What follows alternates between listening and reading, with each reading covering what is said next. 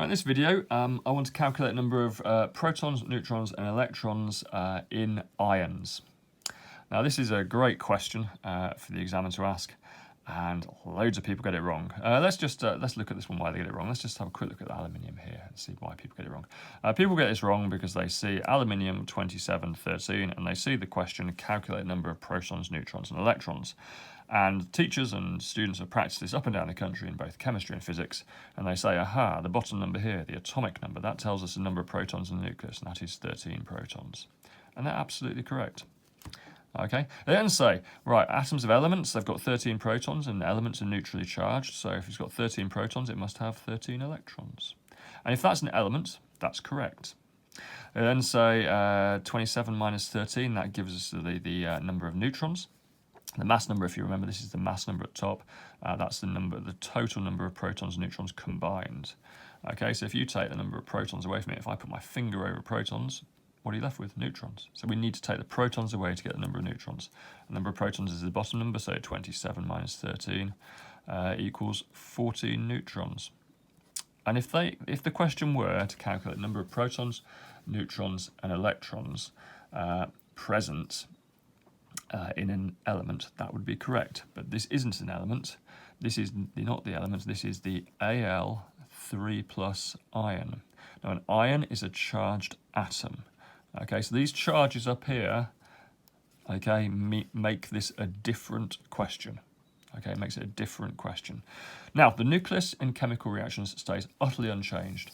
So if there was 13 protons and 14 neutrons in aluminium 3+, there's going to be 13 protons here.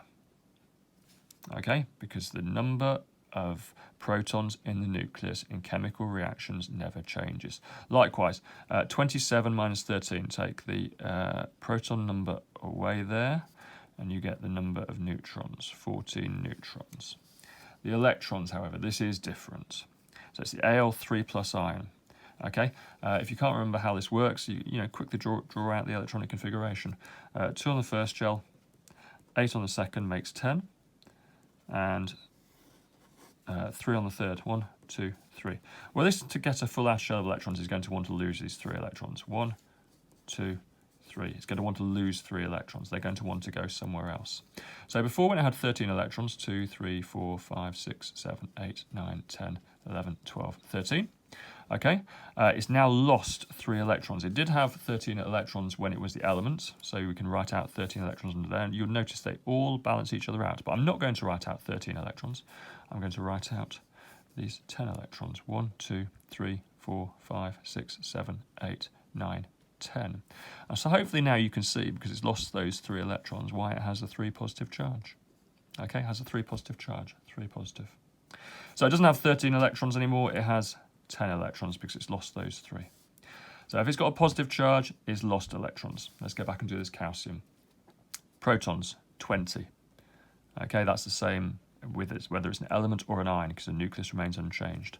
Neutrons, take the atomic number from the mass number. 40 minus 20, 40 minus 20, that's 20 as well, equals 20 neutrons.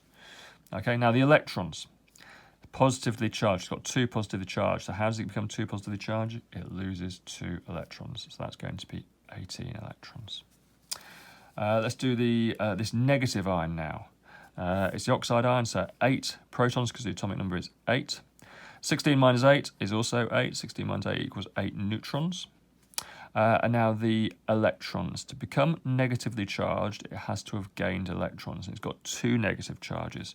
So whereas before it had 8 electrons, now it's got 10 electrons because it's gained 2 electrons, 2 negative charges to become 2 minus.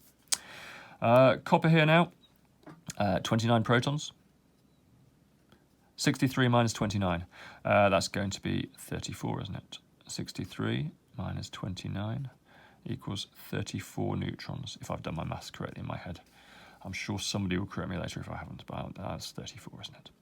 34 neutrons. Right, now this has got a positive charge. How does it become positively charged? It loses an electron. So it did have 29 electrons, and now it's got 28 electrons. Now copper, that's a transition metal. Okay, so it can exist in different numbers of positive charges. So this is going to be absolutely the same here with 29 and 34, but this time, instead of having 28, it's lost an extra one, so it's going to have 27.